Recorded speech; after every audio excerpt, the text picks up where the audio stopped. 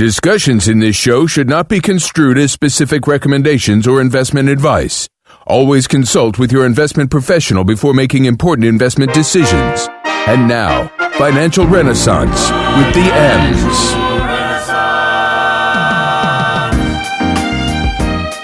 Hey, listen, it is the holiday season. We've been to so many Christmas parties, holiday parties, whatever you want to call it, parties. The festivities are all over the city of Atlanta. Peachtree Street is lit up like I don't know what. It's just so blessed. So I think our party stuff started with Out in the Kitchen by the Out Georgia Business Alliance. Good morning, Monique Carter. I know you're up. Good morning to Crystal King of Grady.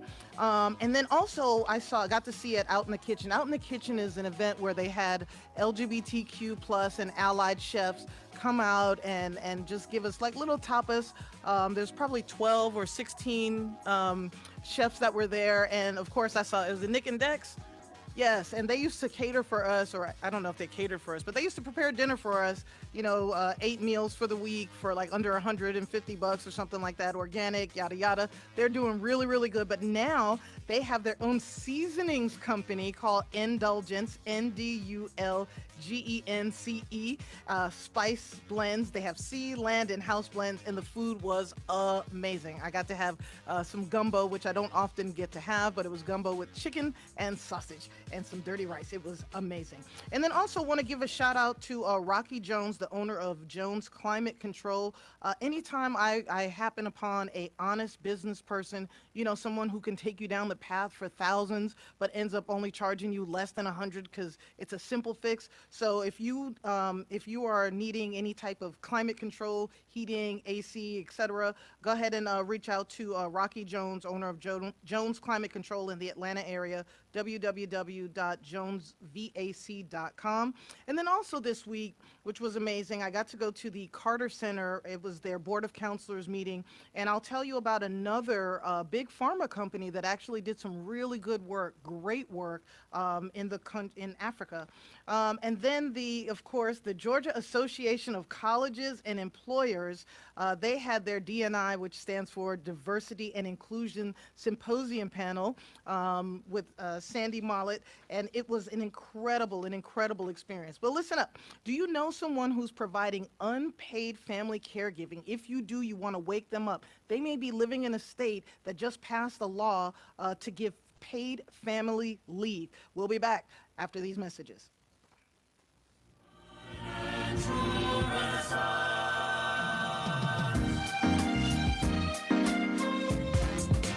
You have the questions, we have the answers. Right. Go to ssnatl.com and click on the contact tab. As much as you like. We're the nation's urban station. Online. ssnatl.com.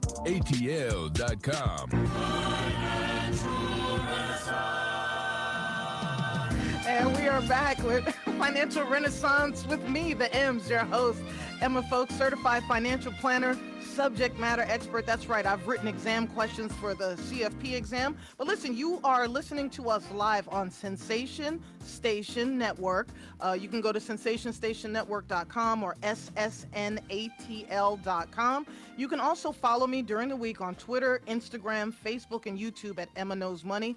Or you can go to emmaknowsmoney.com. I've got stuff that I'm selling, Emma Knows Money t-shirts, Financial Renaissance t-shirts, mugs, etc. And listen, if you want to join in the conversation today, you can text us at 678-613-5857, or feel free to just drop your comments in the comment section. Want to say hello, good morning to the Facebook group, Black Owned, Black Network, Black Empowerment, Black Business Supporter. Thank you, Black Business Owners Connected. Black on Black on Black. How about that? So listen, coming up on Financial Renaissance today, we have my Emma Knows Money. I'm going to be giving some tips about being heard in Washington. When you're upset about stuff, how do you advocate? And then also, of course, my top 5 news stories. But first, I want to talk about a crime that is no laughing matter. All right. So imagine receiving a phone call from your BFF. You know how we are. If we go out late at night, we want to always check in with our best friends or our sisters from another mister, our cousins, whatever you want, your road dog, the person that knows all your secrets. We check in with each other when we're out late and when we come back, right? So what if you picked up the phone or you saw your phone and it was that person calling you, but when you answer it, instead of it being them, it's a mystery voice. It's the voice of a guy, basically saying that they kidnapped your friend or your sister and that they're going to kill her. Don't mess around. We want some money. And then they call you by your full birth name. Okay, the name that's on your birth certificate. They tell you where you live. They tell you the name of your dog. They tell you the name of your parents, things of that nature. What would you do? Okay, they're demanding money. So let me tell you what happened in Los Angeles recently. A sister received a call that her younger sister had been kidnapped, and they had both been out that particular night. And so what she did was they told her, she was panicked. It was like past 10 o'clock, and she thought her younger sister had been kidnapped, left a bar and was walking back to her car and got snatched. Okay, and for guys that are watching, for women, this is a real thing. Like, we have to watch where we're parking our cars, making sure we're not parked next to the rape vans, those vans that don't have any windows, things like that kind of freak us out. So we're always on alert for stuff like that. So they ended up getting her for 4 mobile payments, $1,750 using Venmo and also Zelle. But come to find out, when she tracked down her younger sister was also subjected to the same exact scam, but the reverse. But they only got the younger sister for $700. Now, similar storyline, if you don't give us the money, we're going to kill her. And then there's a woman moaning in the background, oh, save me, So there have been reports of virtual kidnappings that have surfaced California, Arizona, Connecticut, Delaware, Idaho, Illinois, Minnesota, Missouri, Nevada, New York, New Jersey, North Carolina, Oregon, Utah, Virginia, and Texas. And since 2017, the FBI has been aware of this crime. This was my first hearing about it. And they said this crime has been going on for over 2 decades. Just this past month, a Houston woman, age 35, was sentenced to 7 years and 4 months in federal prison for extorting money from parents who were told their kids were kidnapped and would be raped and murdered. So I'm bringing this up because, there are a lot of those scam things that are happening on our cell phones. I don't even like answering my cell phone because, I don't need Medicare and, whatever it is, my car warranty, there's always some crap happening. But there's a technology called ID spoofing, which is widely used by a lot of these criminals. And a lot of them are part of criminal organizations. And what this app does is it alters what shows up on the caller ID. So they hide behind area codes and prefixes of potential victim, that you would know. So they'll make it look like your best friend is calling you, or the FBI, or something like that. When we come back, I'm going to tell you what the FBI says you should do to protect yourself from this virtual kidnapping when we come back on Financial Renaissance with the Emms.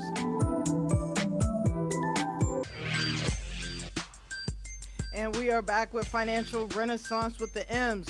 All right, so before the break, I was telling you about this virtual kidnapping. In a nutshell, you have to be careful about what it is that you are putting out on social media. Social media is a treasure trove for nefarious characters and actors to figure out how to extort money away from us.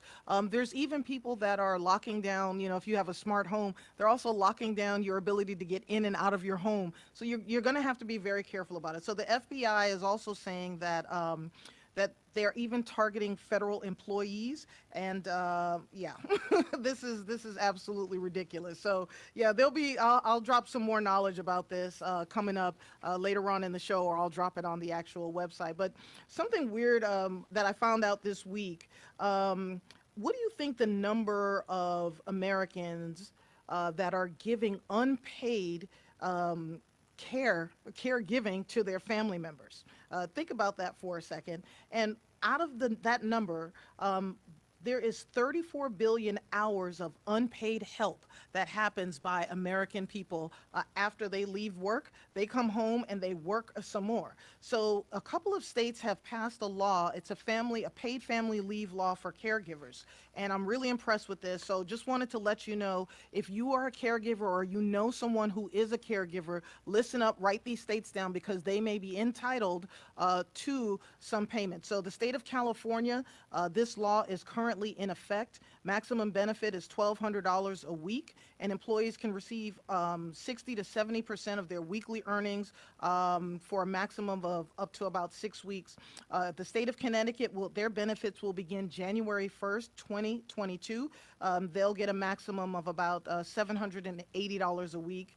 And they can receive up to 95% of their pay, but again, it caps out at $780 a week. Then the District of Columbia, their benefit program starts next summer, July 1st, 2020. Maximum benefit will be about $1,000 a week. The great state of Maine, their benefit begins in January 1st, 2021, and it's going to be based on their base salary each week. So you'll have to dig in to find out a little bit more about that. The state of Massachusetts, they begin also the summer of 2021, July, and maximum benefit you'll be able to get is $850 a week. State of New Jersey and New York also are in effect now. In New Jersey, you can get up to $650 a week. In New York, about almost $750 a week. And these numbers that I'm giving you are going to go up with inflation as time goes on. Okay, so that's a pretty dope thing. The state of Oregon, the state we love, state of Oregon, their benefit period will begin in January of 2023, up to $1,200 a week. And then the state of Rhode Island, that's the tiniest state that we have in our union. Theirs is currently in effect, and they'll pay about $852 a week. All right. Washington State, also, their benefits will begin in January of this coming year, January 2020, and you can get a maximum of $1,000 a week for caregiving. Now, again, this is a subject that is very important because, as I mentioned, there are $34 billion worth of hours of unpaid help. So after we go to work and work our 8, 10, 12 hours, many of us are going home and having to take care of someone else. And in taking care of those people, it doesn't mean you can just sit at home on a couch, watch TV and have them there too. No, it means like making sure they're eating, they're getting bathed, they're getting to their doctor's appointments, things of that nature. So it's great that certain states are looking at doing this leave, but also the federal government is looking at having a federal paid caregiving act.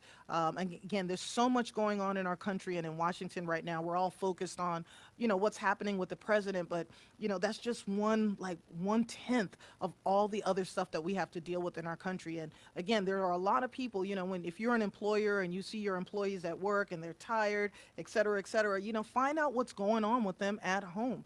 Some companies even have benefits for people who are caregivers. So you want to check with your HR department also to find out about that. All right, I have the number. All right, so there are 327 million Americans in our country, and an estimated 41 million are family caregivers, meaning that 41 million people are working after work, another, full or part-time job, and providing help for people that they love and care about. So, if your lawmakers are doing the right thing, let them know that, hey, you're doing a great job, thank you very much.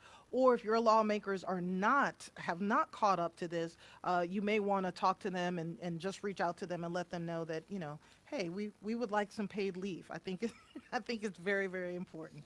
All right. Let's see. So we've got a comment about that. So someone says that it's like paternity leave on the golf course being paid for family caregivers. So this is Steve S41848 blah blah blah blah blah whatever. It's not like, first of all, taking care of a family member is not like being on a golf course, and it's nothing like paternity leave. Another person, the number 2 Papa, says employees can use vacation and sick days for that purpose. If there were paid caregiving days, it would result in a lot of cheating. Okay, so I don't see any women that have commented, so I'm not going to say anything yet, but a lot of women are usually the ones who provide the majority of the caregiving. And I promise you, there's always going to be people who are going to take advantage of the system. You know, just chalk it up to 10 to 15% of the population who are going to do wrong. But for the other 85 to 90% that are really putting in the work, you know, they should get paid for exactly what they do.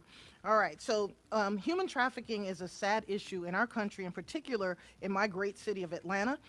Coming up next, I'm going to talk about a corporation, introduce you to a corporation that's putting its money where its mouth is and providing resources for survivors of homelessness, exploitation, and human trafficking when we come back on Financial Renaissance with the Emms.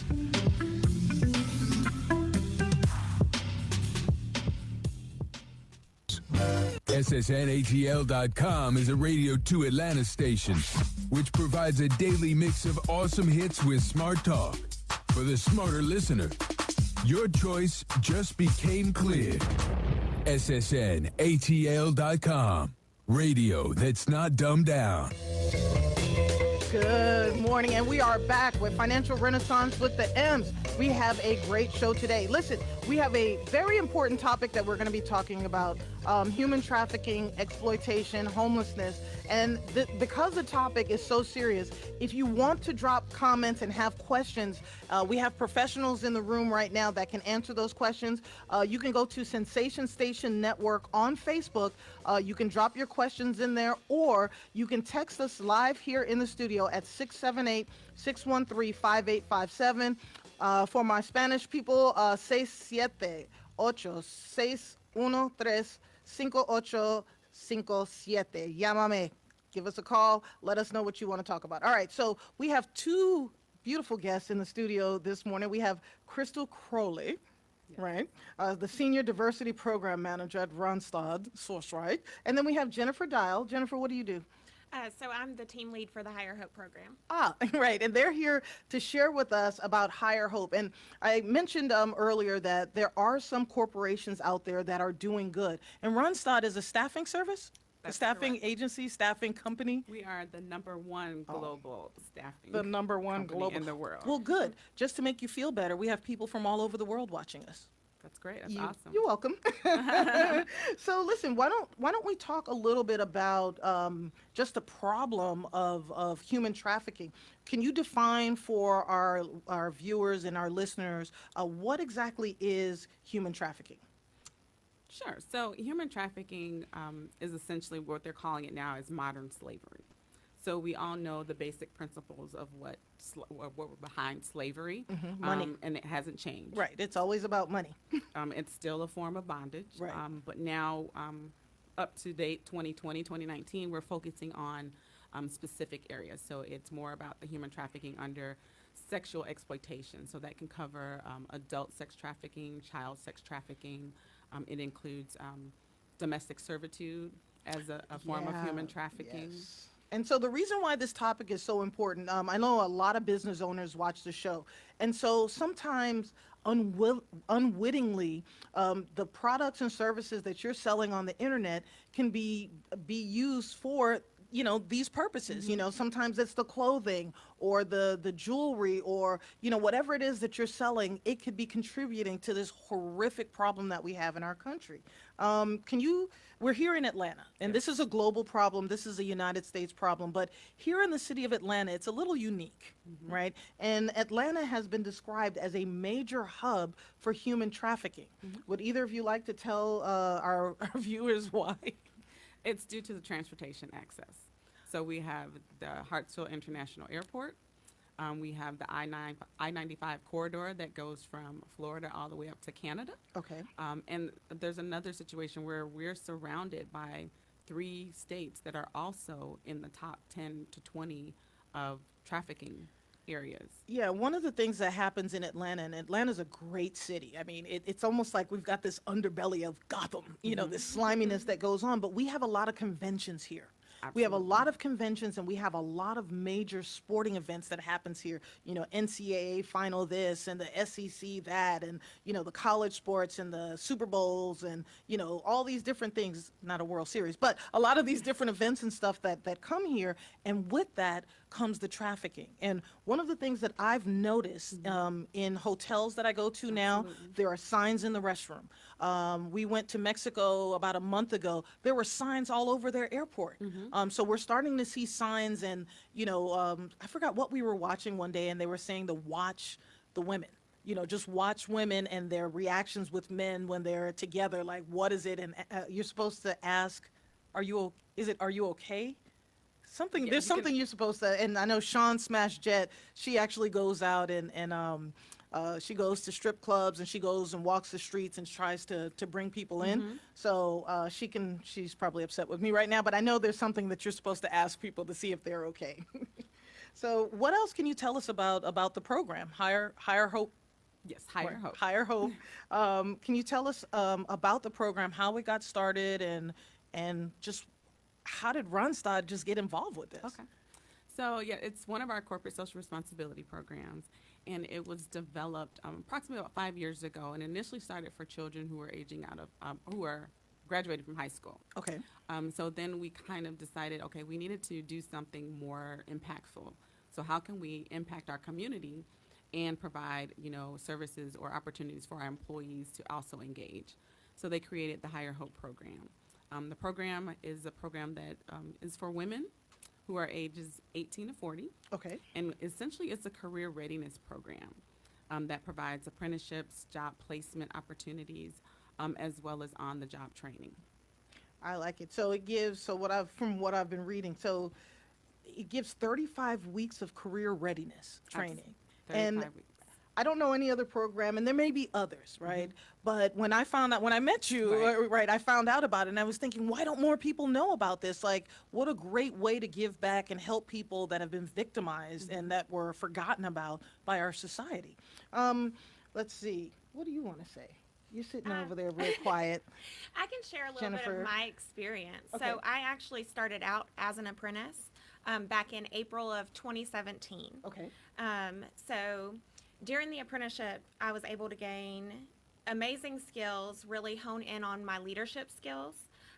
Working with the Higher Hope leadership team really helped me to discover confidence in that area to where I'm able to have the tools that I need for the position that I have now, which again is the Higher Hope team lead, where I get to assist the women in all 3 phases. Oh, so you're giving Yes. back. That is so Yes, nice. It is So- truly rewarding. So there's 3 phases. There's the restore, the grow, and the thrive, right? So there's the career readiness training, there's a paid apprenticeship, and then there's a job placement opportunity. And that's the part that really gets to me because, one, your company is equipped to do that. Absolutely. You know what I mean? You're definitely We are in equipped to that do that. So business. it's just such a perfect blend of the thing. So let's talk about the first phase. Okay. All right, the restore phase. So what does that consist of? Do you want to talk about that, Jennifer? Yeah, sure. So that consists of the career readiness training. That's the area that we really focus on, you know, team building, confidence, healthy relationships. They start setting goals and have a vision board.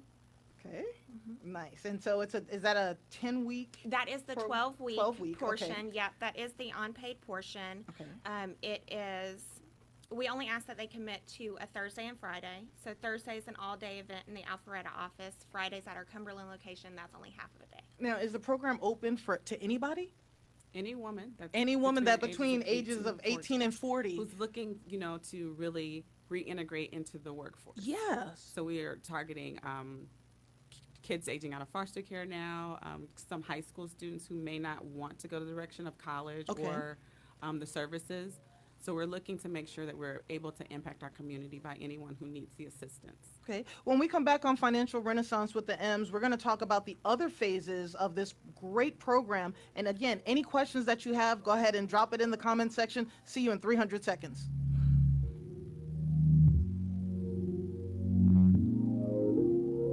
This is big business. This is the American way. Station Network. See ya.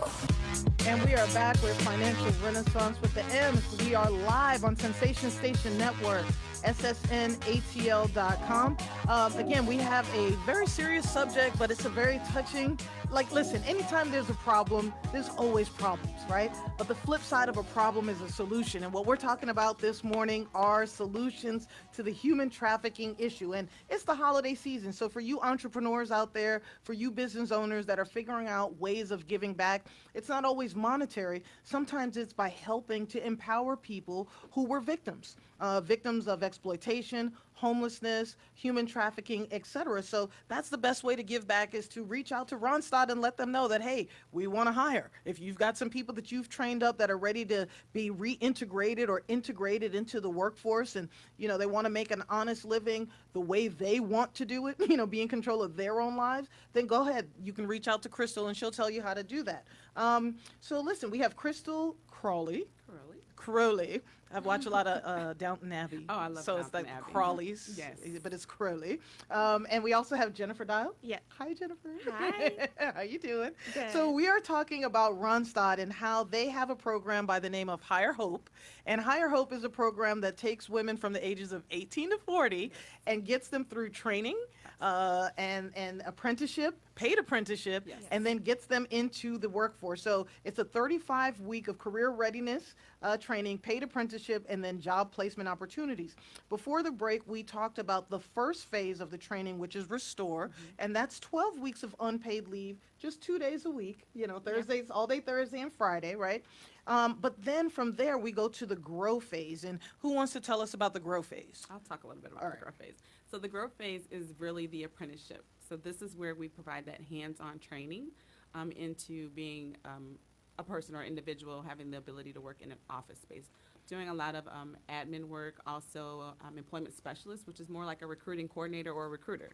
So these women are actually contacting candidates for clients that we actually work and provide support for, and helping them, going through the interview process to make sure that they're a viable fit for a candidate, so they're able to pass that information along. I love it. So what do you think about the grow program or the growth? The growth phase Yeah. is amazing. So that's what really helped me during my time as an apprentice. And now I get to spend my time giving back to the women and actually being dedicated and involved with that hands-on training. Nice. And then you also, there's a shuttle service Yes. as well to get people. So if you're in the city of Atlanta, now is the program just in Atlanta or is it all over the country? It's just in Atlanta. Just right in now. Atlanta. It's just in Pilot. Atlanta. Yes. Pilot phase. So this is going to take off. Okay, this has to take off. Like, this is too good to be true. So then after the grow phase, we go to thrive. Yes. All right, and what is the thrive phase? So Thrive is once they've completed the phases, they've graduated, they've had an opportunity to complete an executive presentation, and then we find placement opportunities either internally with Randstad or with some of our corporate partners. Okay. And this is just where they move into their next phase. They're ready to fly on their own, a little more independence, and so they're working off-site sometimes or under other leadership. Okay. But we still maintain that contact and support from our team. So I'll do weekly check-ins, monthly check-ins, and then it'll go to quarterly check-ins just to make sure that they understand that we're still there to be supportive of them as they complete their transition. So I see that 90% of the graduates are awarded grow apprenticeships, right? So that's a high rate of success. Yes, so with that, we measure that under each phase. So Okay. the restore phase, we have a lot of attrition during that time period because of the commitment. Right. And there's no pay at that time, so Right. that's one of the other issues. But if they're able to make it past that phase, then they're really successful in the growth phase because now they're committed. They're showing that, okay, this is the process that really will work and help benefit me. Yeah, well, you're saying a lot of attrition, but 80% of the participants graduate from that phase and go to the next. So that's pretty high. Yeah, it is. That's pretty high. So, give yourself a pat on the back for that because that's a pretty high number. And then it looks like from the paid, the job placement opportunities portion, 95% of the apprenticeship graduates advance to the Thrive. And then how many people successfully leave Thrive and into the workforce? So when they move into Thrive, that's when they move into the workforce. Okay. So that's that phase of that Oh, program. and that's so 95%. 95%, sometimes we have them working again on corporate accounts or also internal projects within Randstad Sourceright. Okay, so now what can we do to help eradicate this epidemic of human trafficking? I think knowledge is the key. Okay. Being knowledgeable about it, just like, knowing when you see something, say something sort of campaign, just making sure you understand, what that looks like. I actually am a part of an organization, AFRJ, which is Alliance for Freedom, Restoration, and Justice. And they are an organization that's working to eradicate this epidemic globally. What they do have is they have an opportunity for people to earn a Justice U badge, which is essentially just a 30 to 45-minute course to educate you about what human trafficking is, what to do when you see it, hotlines. I want that badge. I'm definitely going to share. Yeah, it with I want you. that badge. I Absolutely. need that badge. I'll take the class, but I'd love to say I have a badge. Absolutely. All right. Now, what businesses should engage in CSR, and what is CSR? You said why businesses should engage in Yeah, CSR? yeah. It's our corporate social responsibility Okay. program. All right. And so, why should businesses engage in it? It helps with the attraction of employees, retention of your current employees, and outside of that, it's the right thing to do. As you mentioned earlier, businesses have an opportunity. This is the perfect opportunity for them to be able to give back to the world, Right. and be able to help this epidemic. Previously, most of the organizations that have worked with this have been government agencies or nonprofit organizations, and it's great. They're great. I love the support that they provide. But what happens when these women complete the programs? Exactly. They have nowhere to go. So what would be your ask if you were going to ask anything, and both of you can answer. If you were going to ask anything from the community, we're in Atlanta right now, but we know this program is going to be nationwide or global, right? So what would be your ask of the communities? Spread the word. Spread the word? Yes. Spread the word and get involved. Yes. Spread the word and get involved. Now, are there things that people should be looking for? Let's say you're in an airport or, I guess you don't really get granular on that level, but it's just easy to, I guess, just if we see something, say something, but then also give people your information? Like, how do we connect people with you? Absolutely. So we do have an email address that's corporate-wide that we can provide. Okay. You want to give it? Yeah. Sure. You want to give So it to us? it is C as in Charlie, M, G as in George, dash, Oh, dash. Higher Hope, which is HIREHOPE, at Randstad, USA. USA. .USA? Dot. Or No, USA.com. USA.com. Thank you. Sorry. Now so the program now again is only in Atlanta. So how is it doing? Who are your corporate partners, if you want to mention any of them? Because I know you're not doing this. Randstad isn't doing this all on their own. Right. So that's another thing that like you said, what can businesses Yes. do? So we're looking for more corporate partnerships because we can't do it all alone. Okay. So one of our major sponsors, and I'm hoping I can say this, is Kaiser Permanente. So they've agreed, we have a great relationship with them Okay. and helping to provide opportunities for the women. Yeah, I think corporate America gets and rightfully so, they kind of get a bad rap. But there's something I've kind of coined the term clean capitalism and dirty capitalism, and what Randstad is doing is what I would consider clean capitalism from the standpoint of just making sure that the community, it's fine to make profits. There's nothing wrong with earning money. There's nothing wrong with being profitable. However, when it's on the backs of other people or you ignore the plight of other people, there's something wrong with that.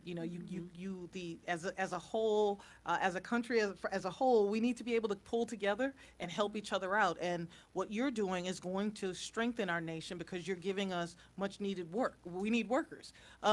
What type of training are you doing? Any trainings on some of the jobs that are going to be needed, say, in the 21st century? So, like, a lot of administrative jobs may be disappearing, because of artificial intelligence. So what are you doing to make sure that these men and women who are graduating from the program, that they're able to hopefully remain gainfully employed into the future? So we do offer opportunities for training. So we have an internal IT department that's helping the women learn about coding. So we're starting that pilot program in January. Okay. So to give them those skills that we know that's going to be another big area of focus in terms of employment in the future.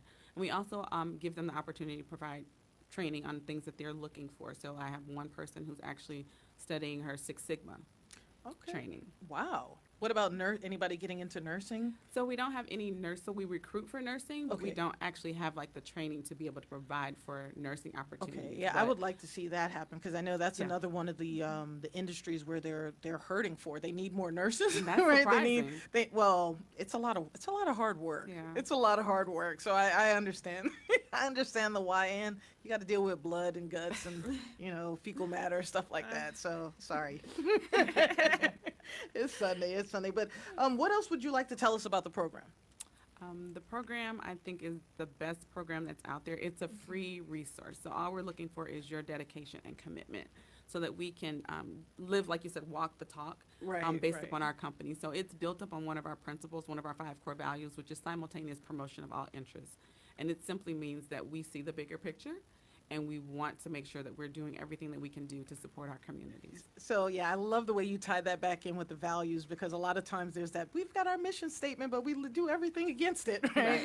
And listen, when we come back on Financial Renaissance with the Emms, we'll tell you how to get in touch with Higher Hope. If you know someone that can benefit from the program, I'll give you all the information when we come back on Financial Renaissance with the Emms.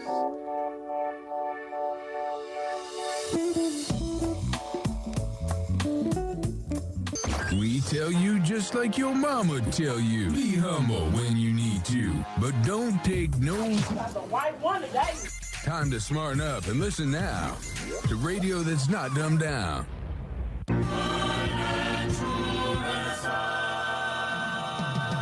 And we are back on Financial Renaissance with the Emms. There's always a lot going on this show. Listen, Financial Renaissance is a show where I take what's happening in Washington, on Wall Street, and then I break it down for what's happening for the people on Main Street. Now, sometimes I do an excellent job of that. Sometimes I don't do an excellent job of it. So if at any given time I am giving information and you're not sure how it relates to you, just say, hey, I do, blah, blah, blah for a living. What does this mean to me? And I'll tell you, my brain is all over the place, so I don't always think of everybody, but that is my goal, is to make sure that everybody understands how the information I'm presenting is going to benefit you. Now, Financial Renaissance airs live on Sundays from 10 to 12 on Sensation Station Network. You can also follow me, Emma Folks, Certified Financial Planner, on Instagram, Facebook, Twitter, and I have a YouTube page too. And I also have a website, emmaknowsmoney.com, that you can go to. And, there's, I don't know what's on there, but yeah, you can go there and check it out. But we are in the studio with 2 people from Randstad Higher Hope program. We have Crystal Crowley and Jennifer Dial. Dial, All yes. right, Jennifer Dial. And I want to thank you both for one, coming in, sharing this wonderful program that the whole world needs to know about. And then you also for just being brave enough to show up today and just give us your experience, firsthand experience with the program, et cetera. What would you like to tell people? Well, what would you like to tell people about the program? If there's anything that you haven't covered that you would want people to know about the program, like if there's someone that just kind of got out of a situation and they're not sure of what to do and they don't trust anyone, right? They don't believe they've been tricked and et cetera. What would you say to that person that's trying to decide whether or not to pick up the phone and call? I would remind them that their past does not define them, that all they need to do is take one step forward and we'll help them the rest of the way. I like That's awesome. I That love is, that. that is, and no judgment. None. No judgment. Doesn't matter what happened. We all have past, but the past is not indicative of what your future is going to look like. That's absolutely correct. And what do you want to say? Well, I would like to say thank you again for giving us this platform. And also, if any individuals out there, or if you yourself fit the criteria and would love to be a part of the program, as well as corporate partners. So if you're a corporate partner listening today and you are looking for an opportunity to engage, as Emma said, to maybe hire an apprentice or bring someone on to help them impact their lives, I'd love to give you the email addresses Please, for both yes, of those. please give everything. Okay, so the first email address, again, is for the connection, either if you're a participant or a corporate partner, and that will be cmg-hirehope@randstadusa.com. And the second thing I'd like to leave you with is the information about becoming or receiving your Justice U badge.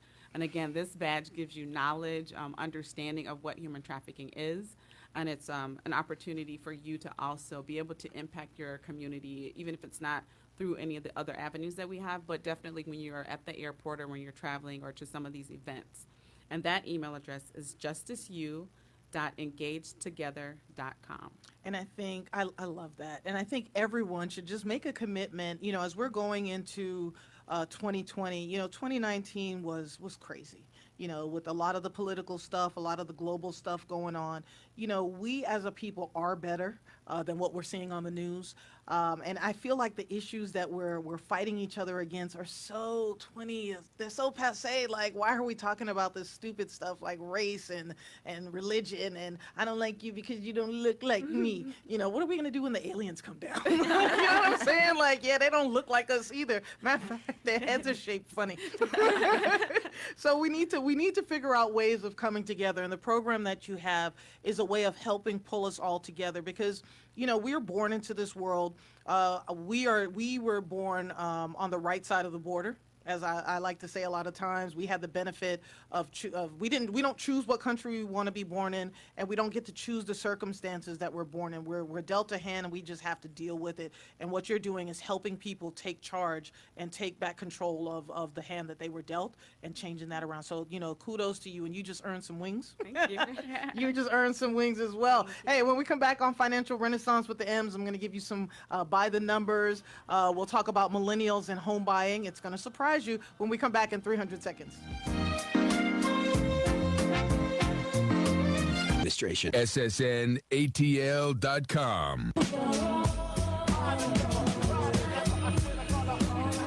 And we are back on Financial Renaissance with the Emms. That's right. I am all you need to find out to start your week out. That's right. This is the #1 financial show in the country. That's right.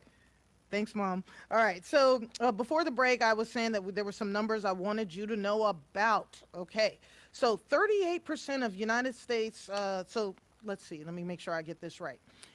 So 38% of the United States electricity next year is going to be generated by natural gas. 22% will be from coal. So for those of you who know people that are like in the Appalachians or in kind of coal mining country, you need to let them know that it's a wrap. Coal is it's a dead deal.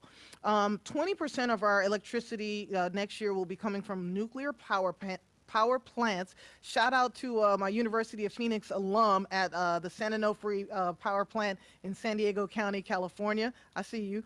And then 7% will be coming from hydropower. That's water. And then the remaining 13% will be coming from wind and solar and other suppliers. Now, back when Jimmy Carter was president, he was hoping that 20 years after his presidency, we would be at 20% from wind and solar power and alternate sources and things like that. But we are where we are, and I'm happy for that. Now, home construction. This is something a little tidbit I found interesting, especially for you millennials, you younger people who are looking at buying your first home. Looks like there's going to be a shortage, and why this is important is when there's go back to school. I don't know if you took economics, but supply and demand. When there's a lot of demand but a little bit of supply, that spikes the prices up. So it looks like home builders aren't building enough to keep up with the millennial generation. The millennial generation next year is expected to be the largest single cohort of home buyers in 2020. The majority of single and multi-family home construction is in millennial dense counties, but it actually lags the rest of the nation when it comes to meeting that demand. So a millennial county is defined as geographic areas where at least a quarter of the population consists of millennials. Now, millennials, it looks like, accounts for about 62% of the U.S. population, but they only account for 59% of single family home building. So, and it's not just in urban areas that are seeing this lag. There's also some other millennial counties in some big markets like Seattle, Boston, Portland, Oregon, and Washington, D.C., but also in some rural areas, as we say here in the South, in Ohio, Kansas, and Missouri. So millennials overall, we already know they've got a lot of student loan debt. They've got a lot of other pressures that many of us didn't have when we graduated from college. So they've, by nature, had to wait longer than a lot of previous generations to become homeowners. But their share of new mortgage originations is expected to top 50% in the year 2020. So given the acute shortage of entry-level existing homes for sales, millennials may have to turn to new home construction. And then without a ramp up in production, affordability for millennials buying homes is going to become worse. Okay, so that's just something you need to think about. If you're looking at buying a home, you got to keep this in mind. And again, if the timing isn't right for you, don't force it. There were people that forced home buying in the year 2007, early 2008, and they bought at the top of the market, and then the market tanked. So make sure you're talking to your financial professional. So certified financial planner, you can go to makeaplan.org, or you can give our office a call. You can go to greenwoodwealthmanagement.com. You can chat with us and you can ask questions, but these are the types of things that you want to do research on to make sure you're making the best decision for you. All right, so no relocation needed. It seems like since 1947, we've had more Americans this year, 2019, stay put than ever before. More Americans stayed in place, didn't move to different states, didn't move anywhere. We only had just less than 10% of Americans change their residence this year. That's an amazing number. Not exactly sure what that means, but I think either people are complacent or they're trying to figure out what's going to be happening with the economy. So 1/4 of all of the current homes right now will change ownership by the year 2037. So we're looking at 17 years from now, 25% of all the homes in the United States will change ownership. And that means that there's 79.5 million owner-occupied homes, and 21 million of those will end up changing hands as the baby boomers leave homes for their family members. They either pass away or they leave stuff around. So for health insurance, it looks like the average American employee is paying $453 per month for health insurance. Now, while that sounds like a lot of money, let's think about what the employer is paying. On the employer side, they're paying about $1,000 a month for your health benefits. So what you're paying usually accounts for about 30% of the overall cost for your health insurance. Now, back in, I think it was 1935, all right, when the Social Security retirement program started, Franklin Delano Roosevelt projected that the total Social Security expenditure would reach $1.3 billion by 1980. Okay, well, in 1980, it was way more than 1.3 billion. It was 149 billion. All right, so we're paying now. Keep in mind that again, Social Security is one of those things that we are paying into, so it's not an entitlement. A lot of the money that was set aside for Social Security was used up by the wars in Afghanistan and also Iraq. We have to also think about that the outlays for Social Security in the year 2019 were going to be $988 billion. So that's 24% of our nation's outlay. But again, that is not an entitlement. That is something that we are paying into. When we come back on Financial Renaissance with the Emms, we'll have my market movers and losers and what you need to focus on my Emma Knows Money.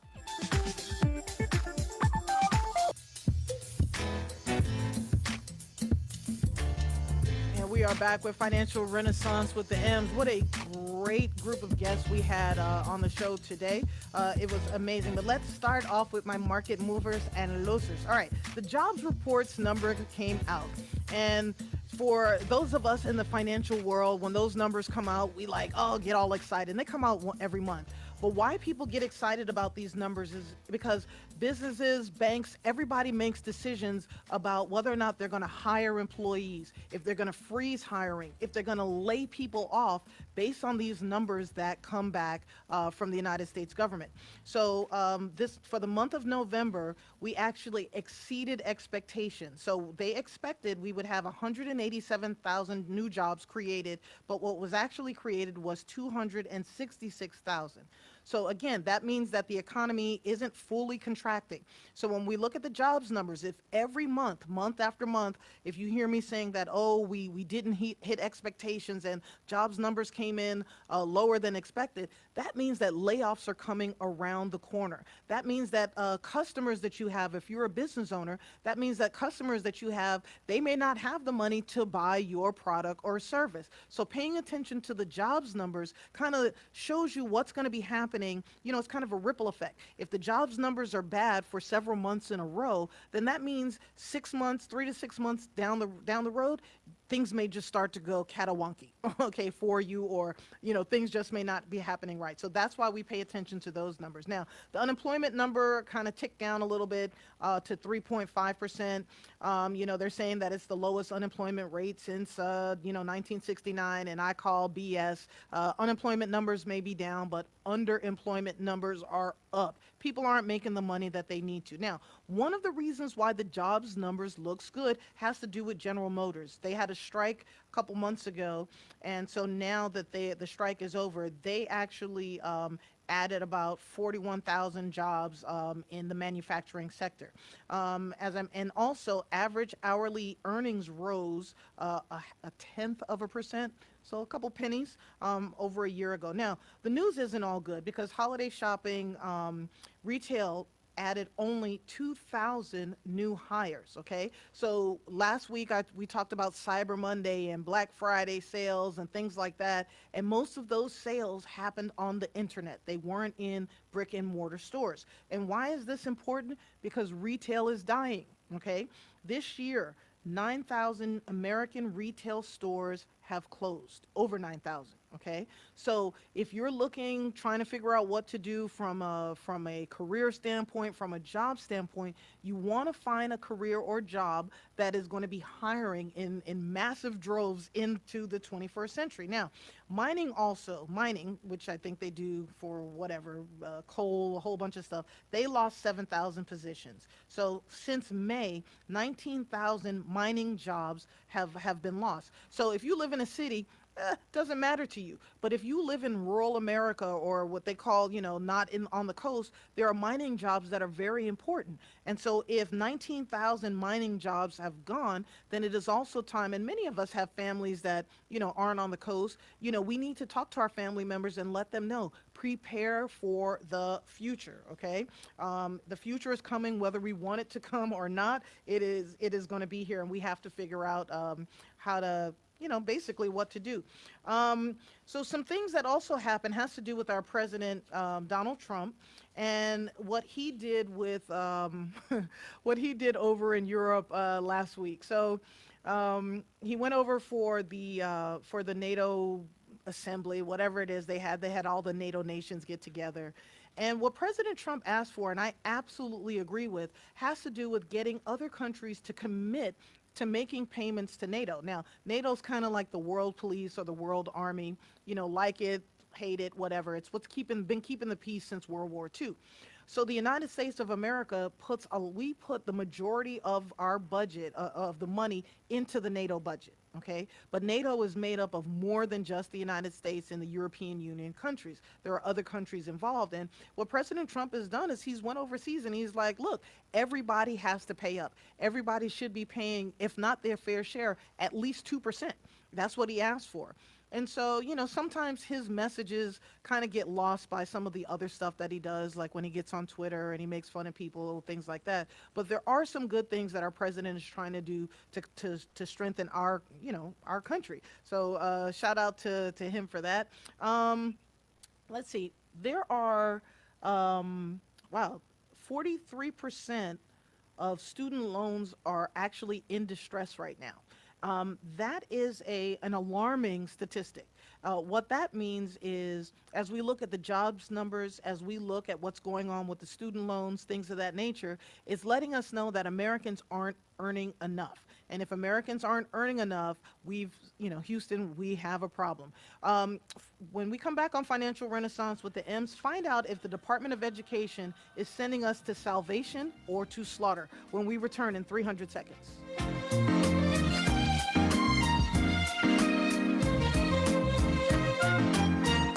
NATL.com is a Radio 2 Atlanta station, which provides a daily mix of awesome hits with smart talk. For the smarter listener, your choice just became clear. SSNATL.com. Radio that's not dumbed down. $1 million. And we are back with Financial Renaissance with the Emms.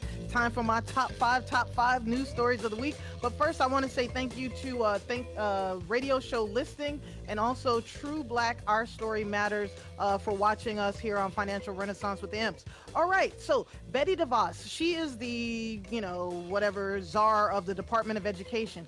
And last week, she unveiled a groundbreaking proposal that eventually will get the Department of Education out of the student lending business. That's right.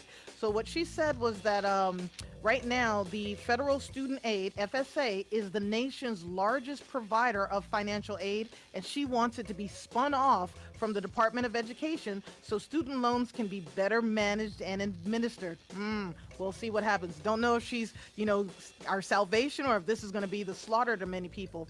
But she thinks that right now there are $1.5 trillion in outstanding student loan debt, and then there are over 8 different repayment plans, more than 30 variations, 11 different servicers, all with different websites and platforms and phone numbers. She says it's just too confusing. So she is going to be selling possibly our student loans to corporate America. And this is going to help FSA deliver world-class service to students and families. She does not think the Department of Education should be in the business of lending anymore. No. All right. No. Is Denmark being proactive or too damn liberal?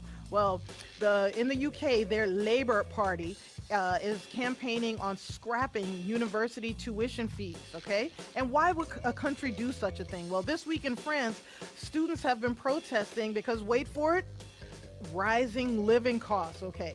In the country of Denmark, students are getting free tuition and 750 Danish Krone per month, which is the equivalent of about $100 in the United States. So anyone who's part of the European Union can take advantage, and there's a lot of people moving to Denmark right now for an affordable education, all right?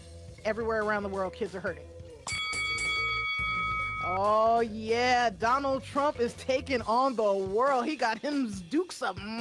Put him up. So he stunned Wall Street this week.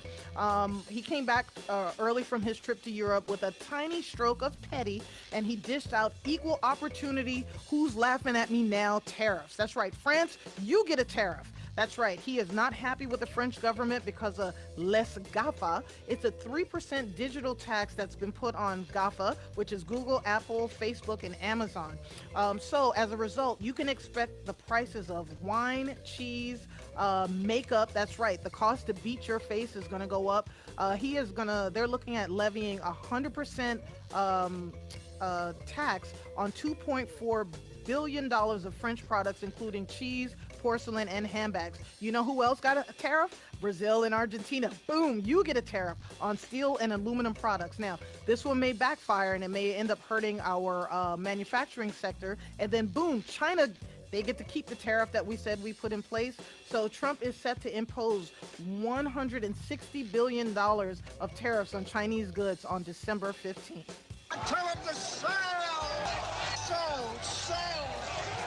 So the word of the day is going to be contrarian, all right? That's opposing or rejecting popular opinion or going against the current practice. And in the words of Wall Street legend Barton Biggs, there's no asset class that too much money can't spoil. All right, so this is important. Private equity, that industry may have peaked.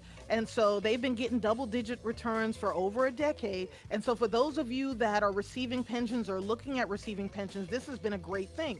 But the scary thing, and this is now putting us at DEFCON level 3, is that the pension people won't be able to keep private equities possibly in their pensions anymore. So we may have actually reached a peak. So pay attention to all the letters you receive from your employer regarding your pension. They may offer you an opportunity to take a lump sum, roll it into an IRA, etc. But before you make a decision about your pension, contact a certified financial planner to make sure you understand exactly what they're offering, and depending on your retirement readiness, which solutions are going to, fit your situation a little bit better.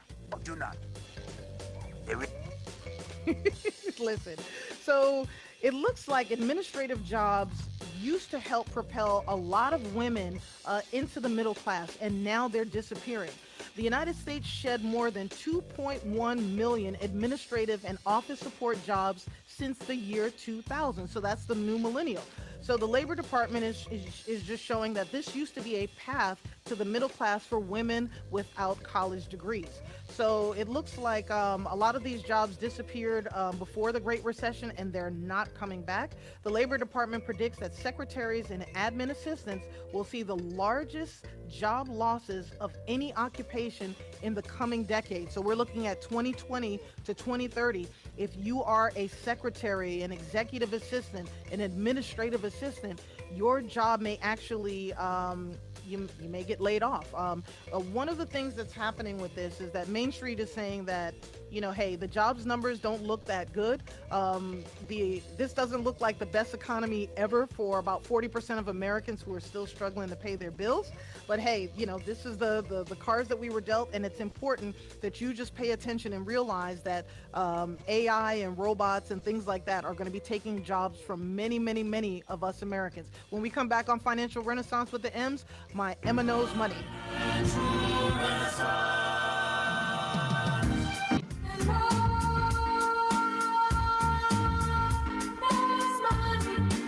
Back with Emma Knows Money. This segment of Emma Knows Money is brought to you by Greenwood Wealth Management, making Wall Street work for you. All right, we all know, if you watch the news, cable news, it's impeachment, blah, blah, blah, blah, blah. But like I mentioned, what's happening with our president and the impeachment stuff is like 1/10 of, what's really going on. We have a lot of things happening in our country around Social Security, making sure that that's taken care of. Student loan debt crisis, making sure that's being taken care of. Minimum wage, making sure that's taken care of. Whatever, and there's a million other things that our lawmakers have to worry about. Now, the lawmaker's job is to kind of be the go-between between us and corporate America. So corporate America wants to see something a certain way, we want to see something a certain way, and our lawmakers are caught in between.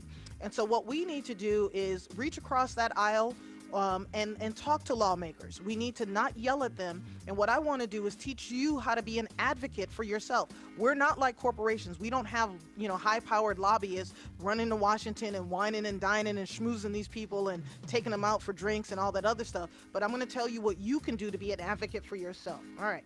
So number one, first thing you can do is meet face-to-face. That's the most effective way to meet with lawmakers. So go to their websites to find out what their schedules are, and you can call the Capitol switchboard at 202-224-3121 to schedule an appointment with your lawmaker. Do not, however, just show up unannounced. Don't ever do that, because they do have schedules. They won't see you. Now, you can write a letter or an email. Personal notes carry a lot of weight, okay? But address people respectfully, even if you disagree with them. If there's a lawmaker, let's say abortion is an issue, and you are pro-abortion and they're anti-abortion, well, meet halfway in the middle and say, hey, maybe we have better sex ed, or maybe we can look at providing, contraceptives for young people or something like that. But if you don't like what they're talking about, give them a compromise or tell them something that they can do to help pull them also to the other side. Now, when you do reach out to lawmakers, don't forget to give them your name and your address, because they need to know what district you're in. Don't send anonymous letters because they're more than likely to be ignored. And don't curse and don't yell at people, because those are also likely to be ignored. Now, volunteer with an organization that is fighting for your concerns. And if you don't have the time to volunteer, you can give money. If you don't have the time to give money, talk to them about volunteering. Volunteering can be spreading their message on social media, or spreading their message in just how you carry yourself, okay? So contact that local office or the state office, national office, and ask what it is that you can do to fight for issues that you care about. Now, what you shouldn't do is think that you need special skills or to fight for an issue or something like that. There's powers in numbers, okay? So no matter what, they'll be able to find something for you to do.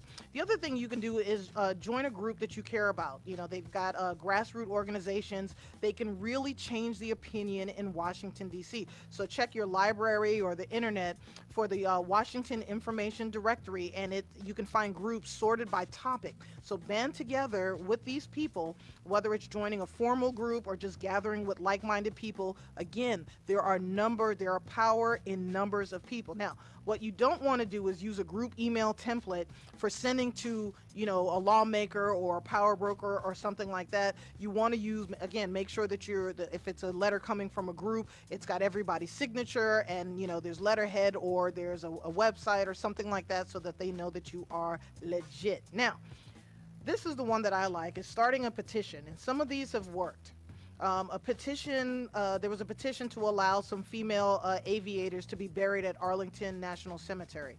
And so many federal agencies, the FDA, they allow the petition to be submitted on their website. So there are a lot of federal websites that will allow you to do petitions on their website. So phrase your concern clearly and then work together to connect with other groups who can also give you, if you're all thinking or fighting about the same thing, figure out ways of joining or banding together with them. Now, don't expect much from a signed position if it's kind of like a partisan type thing. Again, claiming a set, I'm Republican, I'm Democrat. Don't do that. Just be a normal human being that wants something from the government, and usually those needs have to do with our, housing, has to do with income, has to do with food, has to do with safety, things of that nature. But as far as that partisan hacking stuff, we don't need to be doing that anymore. Now, you can also use social media, all right? And don't be a keyboard warrior. I hate those. We don't want that. But politicians do pay attention to social media, Twitter, Instagram, Facebook, and things of that nature. So target Washington lawmakers by posting suggestions. So if they're saying something and you don't agree with it, tell them why you don't agree with it or how it's impacting you as a person on Main Street. If they are saying something that you agree with, tell them that you agree with them and why it will help you, okay? So again, get away from that partisan hack. But don't assume that social media, that just because you're writing stuff on social media, it's going to change people's minds. That's not what it's there for. It's like, writing on a billboard or writing graffiti on the side of a building. Like, it's just your opinion, but there needs to be stuff behind it. So again, we can change the minds of lawmakers in Washington, D.C., but usually what we're doing is yelling at them. And what I'm trying to get everyone that's listening to my voice to understand now is that they want to hear from us. They want to hear what direction we want them to go, whether it's for the impeachment trial. Tell them why they should do it, why they shouldn't do it. Tell them how you feel about the tariffs. If the cost of French goods, if the cost of European cars going up is something that's going to impact you, you have to tell your lawmakers. If you're silent or you're only yelling at them, they don't know what to do. And everybody is yelling at them. They're facing pressure from many, many different directions. And what we want to do is figure out how to help them. We've elected them to work for us, so we have to tell them exactly what it is that they need to do to help us. Now, you also want to be creative.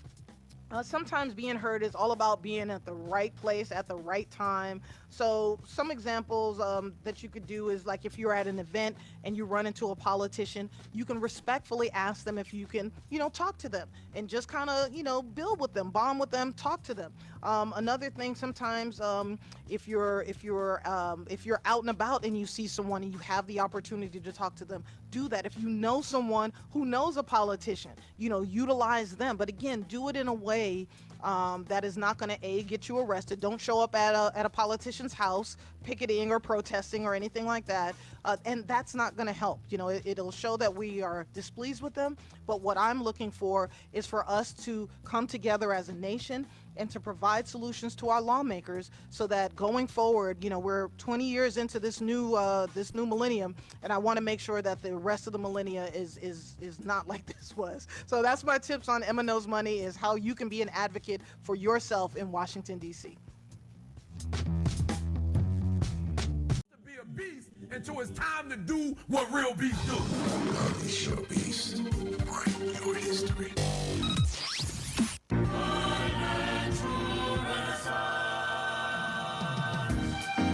And we are back on Financial Renaissance with the Emms. Shout out to Frank Schaffner for making that opening for me, that Financial Renaissance and all the Emma Knows Money stuff. Absolutely love it. Listen, great show we had today. We did talk about, again, caregiving. For caregivers, you're doing a great job for the country. You know, you're kind of our unsung heroes. Again, check with your state to see if there is a program for you to get paid leave or receive payments from the state for the work that you're doing for your loved ones, okay? Also, wanted to say again, thank you to Sandy Mollet, or is it Mollet? Mollet. From the Georgia Association of Colleges and Employers for that the Diversity and Inclusion Symposium panel that was held at Georgia Tech yesterday, Friday. Yeah, I'm so confused. So we had Albina Binmani. She is a multi-faith program coordinator at Emory, and she is a religious teacher. Got to meet with her. She was on the panel. Also, Corey Criswell. He is a IT program manager at Emory Healthcare. Matias Dominguez. He's an employer outreach coordinator at Kennesaw State University. And then we had Gray Hardy, who's the manager production operations at Cox Enterprises, and then the wonderful Ben Scott, who is the IT support professional senior at Georgia Institute of Technology. And, you know, Georgia Tech is one of those great schools that we have here in Atlanta. There's a lot of great people that came out of it, including Jimmy Carter, although he left to go to Annapolis. But one of the things about the Jimmy Carter, if you live anywhere near a presidential library, I highly recommend that you go. I went for the first time to look at the library at the Carter Center this past Friday after the Board of Counselors meeting, and I got to learn a lot about President Carter. And President Carter was way ahead of his time. He was probably one of the most progressive presidents we had of the 20th century. So shout out to President Carter and speedy recovery. All right, coming up, we have a smooth, sensational Sunday, and then the live exchange with Dr. Pamela at 6 p.m. Listen, have lunch tomorrow with Cheryl Underwood from 12 to 2, Mondays, Wednesdays, and Friday. And as always, you know, one love, one heart, and let's just be good humans and make our country proud. See you next week. Si desapareció, él ni aparecerá. Creyeron que murió.